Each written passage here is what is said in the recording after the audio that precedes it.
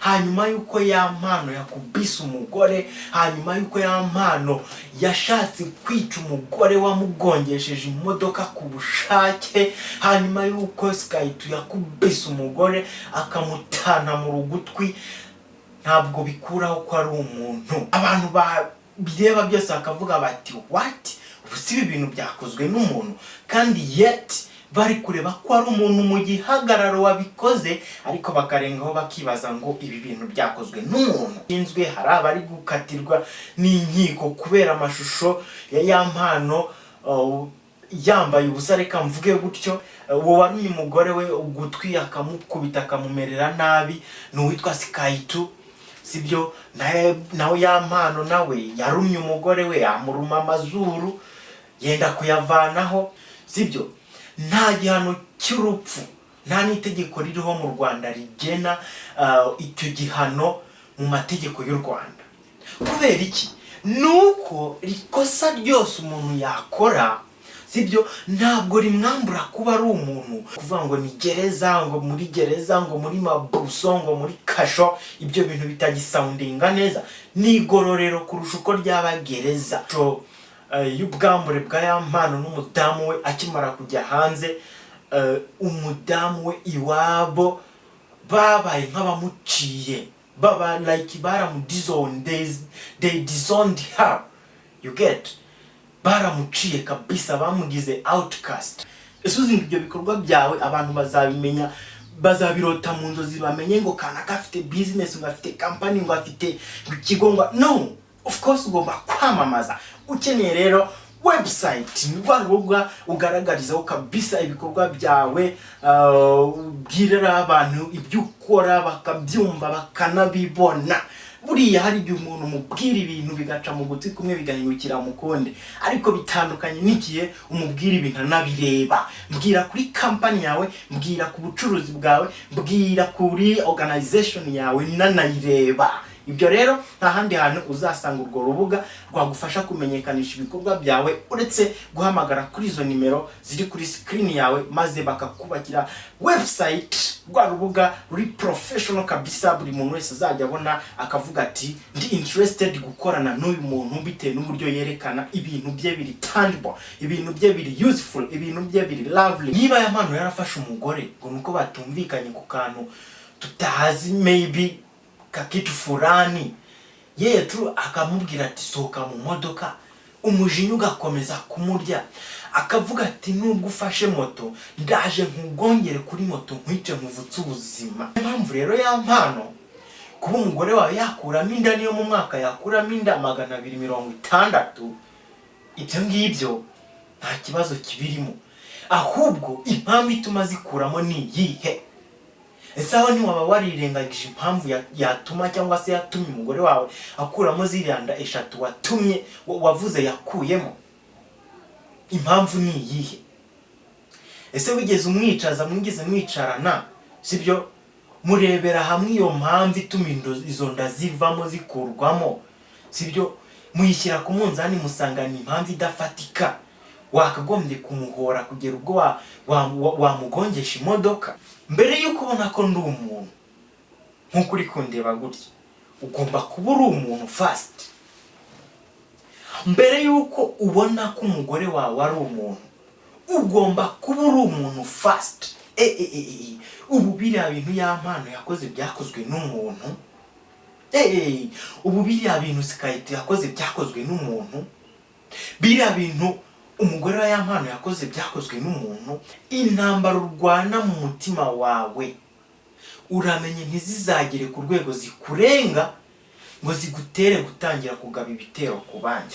Ikaze, iyi ni Done Media TV, ngewe uri kurebesha amaso yawe kandi ukanyumva, nitwa Don the Great. Iki ni ikiganiro kuba umuntu kiduhurije hano uyu munsi. Ndagarutse rero, hari haciyeho umwanya tutari kumwe, ariko kabisa we are back again. Mu kiganiro kuba umuntu rero turaza tukaganira kuba umuntu nyabumuntu. Nkavuga ngo kuba umuntu birenze kuba umuntu nkuko mundeba ku mugihagararo, kuba umuntu birenze kuba umuntu kwa kundi ubona umuntu ku isura bikarangirira aho ngaho. kuba umuntu biragenda bikagera mu kugira icyo bita ubumuntu. Ubumuntu buba bwibumbiye cyangwa se buba buri ku kintu nza nkita ikarita y'ubumuntu. Iyo ikarita y'ubumuntu bwawe idafiteho elema z'ubumuntu, icyo gihe ntahandi umuntu akora ibintu abantu bagera ahantu yabikoreye, abantu bareba igikorwa yakoze, abantu bakumva amagambo yavuze, abantu bireba byose bakavuga bati what, ubu si ibi bintu byakozwe n'umuntu, kandi yet bari kureba ko ari umuntu mu gihagararo wabikoze, ariko bakarengaho bakibaza ngo ibi bintu byakozwe n'umuntu. Niyo mpamvu ni nayo mbundo y'ikiganiro, kuba umuntu, kugira ubumuntu, kugira ikarita y'ubumuntu, atari kwigira gusa iriho ubusa, ahubwo iriho elema z'ubumuntu. ariko handi nza nkavuga ngo reba telefone utunze, twimagine ko ari umuntu mu gihagararo. Iyo uyitunze itarimo simukadi, of course ntabwo ibasha gufata connections, ntabwo yagufasha gucommunicatinga. Ni nako iyo ufashe ikarita ya simukadi, like simukadi, ukayishyira muri ya telefone igira agaciro karimo no kugufasha gucommunicatinga, no kugufasha kuvugana n'abandi, ndetse ikanagira icyo bita reasoning, kagira rezo, sibyo? Rezo rero nizo nza nkavuga ngo umuntu ufite ikarita y'ubumuntu muri we, sibyo? Ni wa muntu turaza tukagereranya na ya telefone twashyizemo simukadi igatangira gufata rezo. Iyo niyo mpamvu ikiganiro kuba umuntu, ari nayo mpamvu nje nkavuga ngo hashize iminsi cyangwa se muri iyi minsi hariho gushwana cyane. Uwitwa Yampano ibye byakomeje kumvikana mu matwi y'abantu mu buryo butandukanye. Byatangiye ashyira amashusho y'ubwambure bwe, afite ibyarimo ntashaka kugarukaho, mwese mwumvishe kandi abenshi banabonye, abenshi banabijijwe. Hari abari gukurikiranwa n'inzego zibishinzwe, hari abari gukatirwa n'inkiko kubera amashusho ya Yampano yambaye ubusa, reka mvuge gutyo, sibyo? Ahangaho bidatinze uyu munsi twabonye amashusho agaragaza ihohotera akorera umugore, kumukubita, birenze ibyo ngibyo kumukomeretsa, birenze ibyo ngibyo birimo n'ibindi byaha bigera kuri 7 bishamikiyeho ashinjwa n'inzego zibishinzwe, zirimo no kwerekeza ubuzima bw'umudamu we ku rupfu kandi ku bushake. Ibyo nkaho bidahagije, twabonye umugabo warumye umugore w'ugutwi, aramuruma, nabyo ari amakimbirane nayo kandi yerekeza ku bwumvikane bukeya. Kandi na Yampano nawe uwo warumye umugore we ugutwi akamukubita akamumerera nabi n'uwitwa Skaitu, sibyo? Nawe Yampano nawe yarumye umugore we amuruma amazuru yenda kuyavanaho. Ubwo ibyo byose bimaze iminsi biri kugenda biduca mu matwi, biduca mu maso, biraza bigatuma habaho ikiganiro cyitwa kuba umuntu. Kuba umuntu birenze ibyo byose, cyane ko ikosa iryo ari ryo ryose umuntu yakora. Ubwo ndi kubwira Yampano n'abandi mumeze nkawe, ndi kubwira Yampano n'umugore, ndi kubwira Skaitu n'umugore we, ndi kubwira n'abandi mwese mumeze nkawe. Ikosa ryo iryo ari ryo ryose umuntu yakora, sibyo? Ntirimwambura kuba umuntu. You get this? Ikosa iryo ari ryo ryose umuntu yakora ntabwo rimwambura kuba umuntu, ntabwo rimwambura kuba ari umuntu, sibyo? Ari nayo mpamvu turasanga ibihugu nk'u Rwanda, sibyo, bitagira igihano cy'urupfu. Hano mu Rwanda nta tegeko ririho rigenera umuntu wakoze, kabone niyo waba wishe umuntu, kabone niyo waba wakoze icyaha ntazi cyari cyo kirenze kwica umuntu. Ubwo si icyaha kirenze kwica umuntu wakora ni iki? Ntekereza ko nta kibaho, sibyo? Nta gihano cy'urupfu nta n'itegeko ririho mu Rwanda rigena icyo gihano mu mategeko y'u Rwanda. Kubera iki? Nuko rikosa ryose umuntu yakora, sibyo, ntabwo rimwambura kuba ari umuntu, kandi nuko wa muntu hari icyizere cy'uko hanyuma yo gukora ibyo ngibyo yakoze uyu muntu ashobora guhinduka, hanyuma yo gukora amakosa yamujyanye mu rukiko, hanyuma yuko ya mpano yakubise umugore, hanyuma yuko ya mpano yashatse kwica umugore wamugongesheje imodoka ku bushake, hanyuma yuko Skytu yakubise umugore akamutana mu rugutwi, ntabwo bikuraho ko ari umuntu, ntabwo bisobanuye ko atari umuntu. Ni umuntu, ari nayo mpamvu ajyanwa mu igororero, ari nayo mpamvu ajyanwa mu nkiko akabasha kumvishwa uburemere bw'ibyaha bw'ibyo yakoze bibyara ibyaha, akabiryozwa, akajya kugororwa. Ntekereza ko ari nayo mpamvu imvugo kuvuga ngo ni gereza, ngo muri gereza, ngo muri mabuso, ngo muri kasho, ibyo bintu bitagisoundinga neza. Ni igororero kurusha uko ryaba gereza, kuko hari aho umuntu aba agoramye, sibyo? Iyo bakujyanye hari uragenda ukagororoka, ukazagaruka ugororotse, sibyo? Niyo mpamvu hariho amagororero. Ntabwo hariho ahantu umuntu ukoze icyaha bamujyana bakamwica, kuko gukora icyaha, gukora amarorerwa ntabwo bikuraho ko wa muntu ari umuntu, sibyo? Hari nayo mpamvu ikiganiro kuba umuntu, kuba naza hano nkakosa nkavuga ijambo ritameshe rikancika, ndi umuntu, nakosorwa, sibyo? Ntabwo nkwiye guterwa amabuye, ntabwo nkwiye kugirwa igicibwa, nkuko nabyumvise ari amashusho y'ubwambure bwa ya mpano n'umudamu we akimara kujya hanze. Umudamu we iwabo babaye nk'abamuciye, baba like they disowned her, you get? Baramuciye kabisa, bamugize outcast kubera amashusho simply. Okay, birumvikana ku muryango, ariko hanyuma yuko icyo kintu cyabayeho, ese bikuyeho ko umugore wa ya mpano ari umuntu? Bikuye bimwambuye ubumuntu ko ari umuntu? Umuntu ushobora kugororwa, umuntu ushobora kwicuza akamenya ko ibyo yakoze atari byo, akemera kwisubira, akemera guca mu nzira ya nyayo. Ntabwo rero kuba umuntu yakora icyaha, ntabwo kuba umuntu yaca mu murongo udakwiye nk'uwo ya mpano yaciyemo, nk'uwo ya mpano arimo uyu munsi, nk'uwo Skytu yaciyemo agakubita umugore, nk'uwo ya mpano yaciyemo agakubita umugore, ntabwo bibambura ubumuntu. Ni abantu na ndetse bakeneye ko tubaba hafi nk'abantu bafite ubumuntu.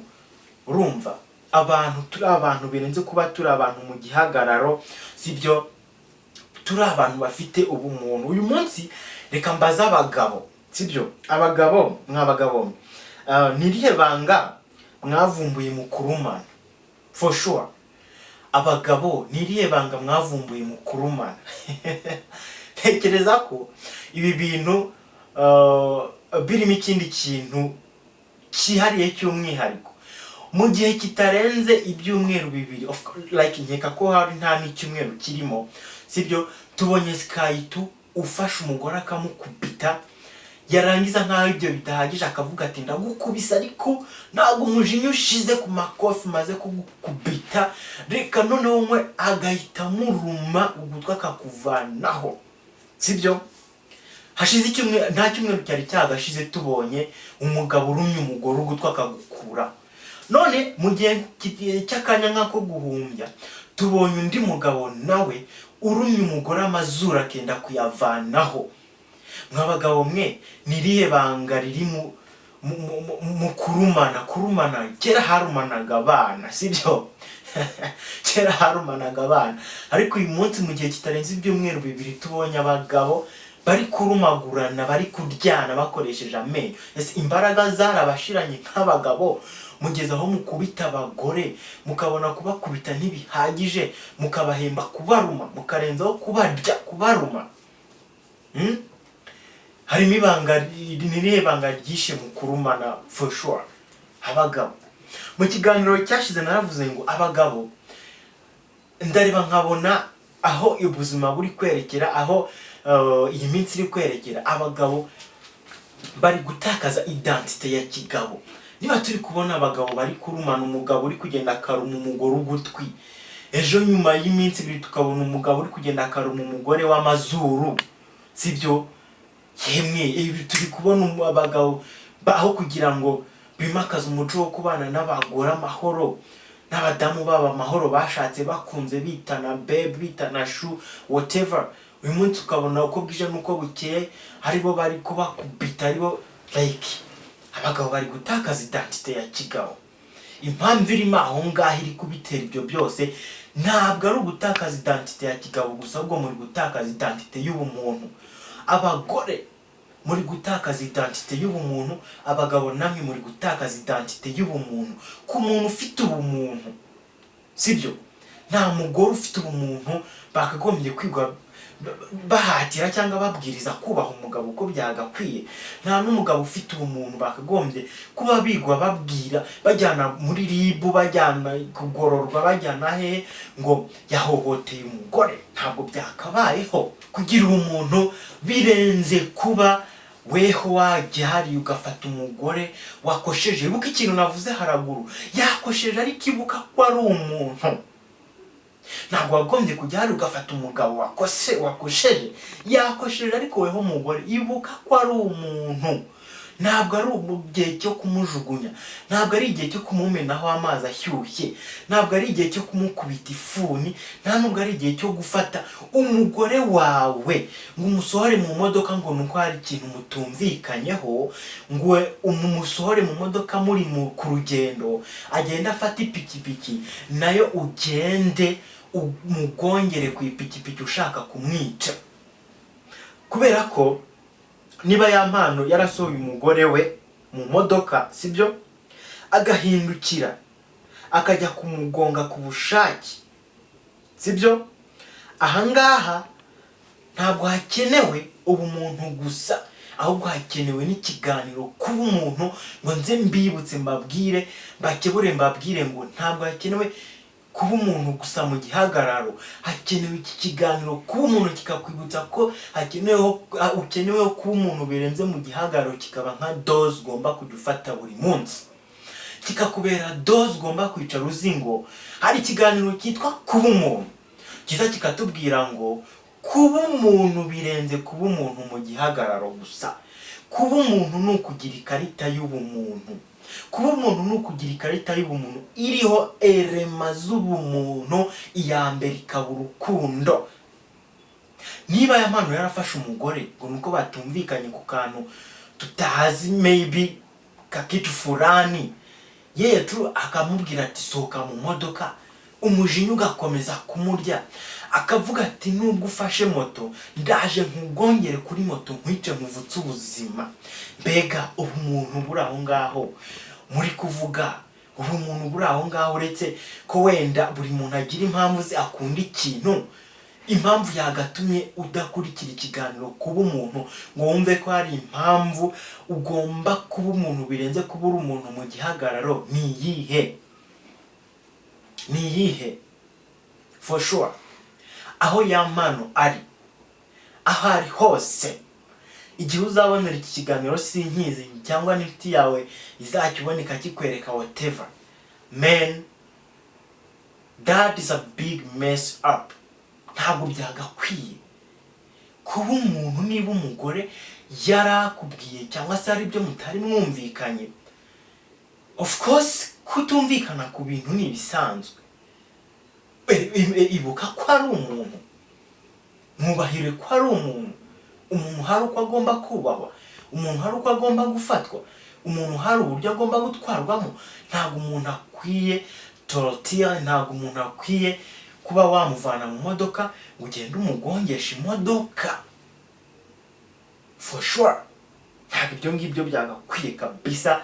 Hakenewe kwiminjiramo agafu tugasuzuma ubumuntu bwacu, sibyo? So gukuramo inda nkuko ya mpano wabivuze muri video washyize ahagaragara mbere yuko utabwa muri yombi, sibyo? Umugore wawe kuba yarakuyemo inda ntabwo ari ikibazo, sibyo, ndetse no muri rusange ngira ngo murabizi ko gukuramo inda muri iki gihe si ikibazo, ahubwo ikibazo sibyo kinakomeye ni impamvu ituma iyo nda ifatirwa umwanzuro wo gukurwamo. Yes, niho ubuzima bugeze, niho iminsi igeze, kuba watwitaho umugore wowe umukobwa ugafata umwanzuro wo gukuramo inda, ibyo nta kibazo kibirimo, ahubwo ikibazo ni impamvu yaguteye gukuramo inda. Nujya kwa muganga kuyikuramo ntabwo bazakora ngo none se ngo gukuramo inda ngo kirazira, no, bazakubaza batese impamvu ushaka gukuramo inda ni iyihe. Iyo bumvisha ari impamvu ifatika sibyo, baravuga bati sava. Iyo bumvise atari impamvu ifatika bakugira inama mu bundi buryo. Ari nayo mpamvu rero ya mpano kuba umugore wawe yakuramo inda niyo mu mwaka yakuramo inda 260, ibyo ngibyo nta kibazo kibirimo, ahubwo impamvu ituma zikuramo ni iyihe. Ese aho ntiwaba warirengagije impamvu yatuma cyangwa se yatumye umugore wawe akuramo ziriya nda 3 wavuze yakuyemo? Impamvu ni iyihe? Ese wigeze umwicaza, mwigeze mwicarana sibyo murebera hamwe iyo mpamvu ituma izo nda zivamo zikurwamo sibyo, muyishyira ku munzani musanga ni impamvu idafatika, wakagombye kumuhora kugera ubwo wamugongesha imodoka? Ese weho wa mugore wakuyemo inda 3, wewe umugore wa ya mpano nkuko yabivuze, waganiriye n'umugabo wawe usanga solution ihari ni ugukuramo izo nda, nta kindi kintu gihari, nuko munanirwa kumvikana, aho ngaho haba harimo ikibazo gikomeye. Ubwo nkunga mu ryo nyakubahwa Perezida wa Repubulika y'u Rwanda Paul Kagame yavuze ngo ariko abantu babiri munanirwa kumvikana gute? Umuntu unaniwe abantu babiri niba munaniwe kumvikana sibyo, muzumvikana na societe gute?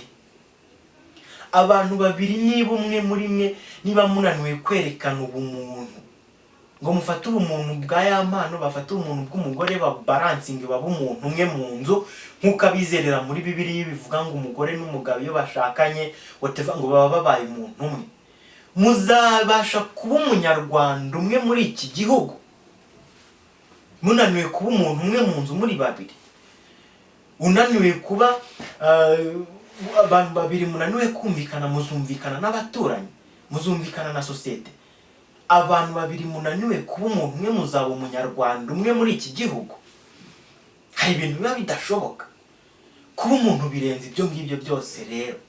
Kuba umuntu bisaba gutera intambwe ukarenga utwo tuntu duto tuza tukangiza ishusho yawe, tukangiza ubumuntu bwawe sibyo. Nta gihe na kimwe muri ubu buzima kizigera kibaho sibyo, nta gihe na kimwe umuntu azigera aba umuntu mu gihe atabona abantu ngo ababonemo cyangwa se ngo abone ko ari abantu. Bisubiremo, nta gihe umuntu azigera aba umuntu mu gihe atabona abantu ngo abone ko ari abantu. Mbere yuko ubona ko ndi umuntu nkuko uri kundeba gutya, ugomba kuba uri umuntu first. Mbere yuko ubona ko umugore wawe ari umuntu, ugomba kuba uri umuntu first. Ariko se niba weho ubwawe uri gukora igikorwa, uri gukora ibintu abantu bahagera bakareba bakavuga bati ibi bintu byakozwe n'umuntu, mu by'ukuri ntago bari kubona umuntu aho ngaho sibyo, nta muntu bari kubona aho ngaho. Niyo mpamvu umuntu yabonye ibintu ya mpano yakoze yabyumvisha akavuga ati ubu biriya bintu ya mpano yakoze byakozwe n'umuntu, ubu biriya bintu Sikayiti yakoze byakozwe n'umuntu, biriya bintu umugore wa ya mpano yakoze byakozwe n'umuntu. Ni ukubera iki? Wa muntu ari kubona umuntu wakoze bya bintu ntamubonemo ubumuntu. Ya mpano wakoze biriya ntabwo yabashije kubona ko umugore wari umuntu mbere yuko abimukorera. Sikayiti wakoze biriya ntabwo yabashije kubona ko umugore wari umuntu mbere yuko abimukorera, kubera ko nawe ntabwo ari umuntu, ntabwo yabanje kumva ko ari umuntu. kuko umuntu wamanje kumva ko ari umuntu, akamenya agaciro ko kuba umuntu, akamenya agaciro k'umuntu, ntabwo yarengaho ngo akore nka biriya byose Skype cyangwa ya mpano cyangwa n'umugore we yakoze. Kuba umuntu rero, sibyo, nta gihe bizigera bigerwaho igihe umuntu atabona ko umuntu mugenzi we ari umuntu. Ntabwo ibyo ngibyo byakunda, ni inzozi, ni urugendo rutazashoboka, sibyo. Intambara rimwe na rimwe urwana mu mutima wawe, sibyo. Intambara urwana mu mutima wawe uramenye ntizakurenge, sibyo, ngo igutere kugaba ibitero ku bandi. Intambara urwana mu mutima wawe uramenye ntizizagere ku rwego zikurenga ngo zigutere gutangira kugaba ibitero ku bandi. Ndavuga ibi kubera iki? Agahinda cyangwa depression cyangwa ubuzima bubi bwose cyangwa ubwiza waba waranyuzemo, depression ikurimo, ibyo byose bikubabaza bigutuyemo, ibigushimisha byose bigutuyemo, any kind y'intambara urwana muri weho, uramenye uzirinde nk'umuntu itazagera ubwigusohokamo igatangira gutuma ugaba ibitero ku bandi. For example, ya mpano niba uvuga ko umugore kuva yaza mu buzima bwawe yawutobaguye akabuhindura nk'akayungirizo nako gashaje, sibyo.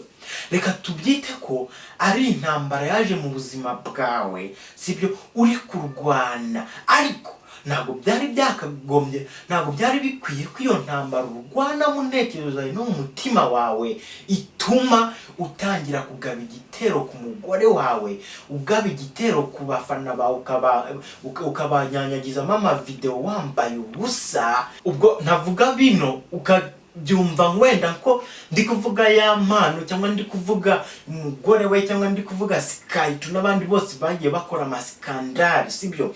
Ndi kuvuga muri rusange, sibyo, intambara urwana mu rugo rwawe, sibyo. In fact intambara, sibyo, warwanye ubuzima wanyuzemo mbere yuko uhura n'umudamu wawe, mbere yuko uhura n'umugabo wawe, sibyo, zikubamo, ari depression, ari intege nyugira, sibyo. Reka iyo ntambara ireke kukurenga ngo ngitangire gutuma ugaba igitero ku mugore wawe washatse ukunda. Reka iyo ntambara, sibyo, ikuba mu rwana itakurenga ngo utangire kugaba ibitero ku mugabo wawe wagushatse agukunda, sibyo. Ntabyo ngibyo kabisa biraza gutuma ubuzima bugenda neza, kubera impamvu imwe yonyine. Nutekereza ko umugabo wawe ari umuntu, like ukabasha kumva ugahereza agaciro ubumuntu bw'umugabo wawe, biraza kukubaka nk'ubumuntu. Ariko ibyo ngibyo kubigeraho, ndagira ngo ubwire ko biraza guturuka ku kuntu weho ubwawe wiyumvamo ubumuntu. Niba uhagarara ukumva ko uri umuntu gusa mu gihagararo, ntabwo biri buze kukorohera kuza kubona ubumuntu buri mu mugabo wawe. Niba uri umugabo ukabuhagarara ukaba uri kwibona nk'umuntu mu gihagararo gusa, utazi indi mpamvu irenze kuba uri umuntu mu gihagararo gusa, ntabwo biri buze gutuma ubona ubumuntu nyawe, umuntu buri mu mugore wawe. Manza ubumuntu, sibyo, urabasha kubona ukuntu umugore wawe ari umuntu nyamuntu ndetse ufite n'ubumuntu. Uri kumva? Nawe gushwana n'uwo mwashakanye rero, sibyo, cyangwa n'undi mu buzima busanzwe, ibi bintu ndi kubivuga gutya mubifate no mu buzima busanzwe. Kuba washwana n'uwo mwashakanye cyangwa n'undi wese usanzwe mu buzima busanzwe, ibyo bintu ni ibisanzwe, kuko amakimbirane ku kiremwa muntu, amakimbirane ku muntu ni ibisanzwe, sibyo. Ariko kwiyunga, sibyo, no gukomeza ubuzima ntibisanzwe, bisaba umuntu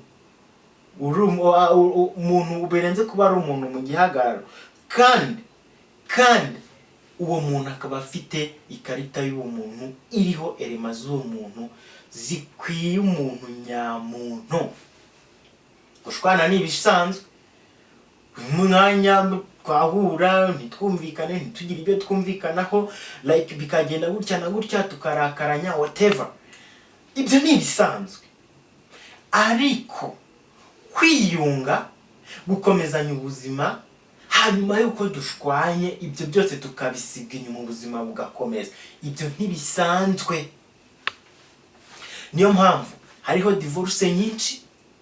Niyo mpamvu uyu munsi ubu tuvugana abantu bari kwicana ubutitsangira ngo mwumva amakuru. Niyo mpamvu abantu bafitanye amakimbirane adashira, sibyo? Nuko gushwana ari ibisanzwe, ariko kurenzaho gukomeza ubuzima ukanibagirwa ukababarira ubuzima bugakomeza ntabwo bisanzwe. Ibyo bikora umuntu nyamuntu ufite ubumuntu, ndetse ku bumuntu bwe harimo ikarita y'ubumuntu iriho elema z'ubumuntu, sibyo? Iki ni ikiganiro ku bumuntu. Njyewe nitwa Don the Great, iyi ni Tone Media TV. Mushimiye kuko twabanye mu kiganiro, tuzabonana ubutaha. Ciao ciao.